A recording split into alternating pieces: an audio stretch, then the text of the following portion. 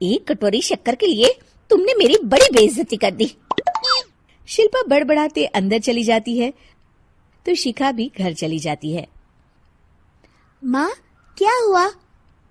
अरे कुछ नहीं बेटा, पता नहीं कहाँ कहाँ से ऐसे पड़ोसी आ जाते हैं, जब देखो तब कुछ न कुछ मांगने के लिए घंटी बजाते हैं। अब घंटी बजे तो दरवाजा ना खोलना। पता नहीं माँ की ये आदत कैसे बदलेगी, किसी को कुछ भी बोल देती है, बोलने से पहले सोचती भी नहीं। शिल्पा की ये आदत दिन ब दिन बढ़ती ही जा रही थी। एक दिन शिल्पा के दरवाजे सब्जी वाला आया। सुनो भैया, मुझे ये भिंडी, टिंडे, लौकी और आलू के साथ 1 किलो प्याज दे दो। जी बहन जी। वो एक एक कर सारा सामान पैक कर देता है। कितने पैसे दूं? 220 रुपए पूरे। अरे इतना महंगा नहीं। हाँ, मैं तो सिर्फ 150 दूंगी। नहीं नहीं, पैसे तो पूरे लूंगा, नहीं तो सब्जी वापस कर दो। ऐसे कैसे वापस कर दूंगी? मैं तो एक भी सब्जी वापस नहीं करूंगी। और हाँ, रही बात पैसों की, तो लेना है तो 150 ले लो, वरना मेरे मोहल्ले में घुसने तक नहीं दूंगी। हाँ। अरे नहीं नहीं बहन, हम लोग गरीब लोग हैं, ऐसा ना करो। पकड़ो ये 150 और दफा हो जाओ। शिल्पा की बेटी अंदर से ये सब देख रही थी। शिल्पा, तूने तो हद कर दी। बेचारा गरीब आदमी, उसका तो गुजारा ही इसी से होता है। बोलने से पहले सोचा कर बेटा। माँ, आप चुप रहो, घर चलाना बच्चों का खेल नहीं। और वैसे भी इतनी महंगी सब्जी थोड़ी ना होती है। आपको तो सिर्फ खाने से मतलब है, लेकिन मुझे तो सब सोचना पड़ता है ना। शिल्पा की सास ये बात सुनकर दुखी हो जाती हैं। शिल्पा की बेटी शिल्पा की ये सारी बातें सुन रही होती है। शिल्पा की बेटी एक दिन माँ से कहती है, माँ, ओ माँ, जरा यहाँ तो आना। ओहो, क्या हुआ? क्यों चिल्ला रही हो ऐसे बेटा? हुआ क्या?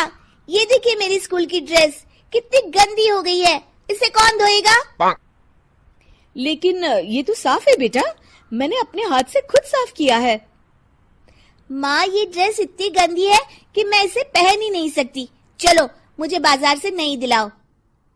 शिल्पा दुखी हो जाती है और वहां से चली जाती है कि तभी सामने उसकी सास मिल जाती है।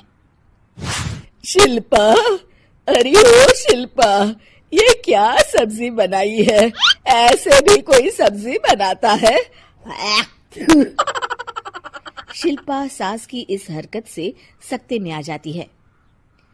अरे माँ को तो मैं जो बना दूं उन्हें वो पसंद आ जाता था, फिर आज वो ऐसा व्यवहार क्यों कर रही हैं? शिल्पा कुछ समझ पाती कि थोड़ी ही देर में उसका पति आ जाता है। अरे शिल्पा, ये क्या है? क्या हुआ आपको? ये मेरी अलमारी पूरी अस्त व्यस्त है, तुमसे कोई काम नहीं होता है। सारा दिन पता नहीं क्या करती रहती हो। अरे मैंने तो सारी अलमारी साफ रखी है। इसे तुम साफ कहती हो? ये तो पूरा कूड़ादान लग रही है। शिल्पा परेशान हो जाती है और समझ नहीं पाती है कि उसके साथ क्या हो रहा है। शिल्पा अकेले कमरे में जाती है और जोर जोर से रोने लगती है। तभी वहां उसका पति, सास और बेटी आ जाते हैं। शिल्पा उन लोगों को देखकर और जोर जोर से रोने लगती है।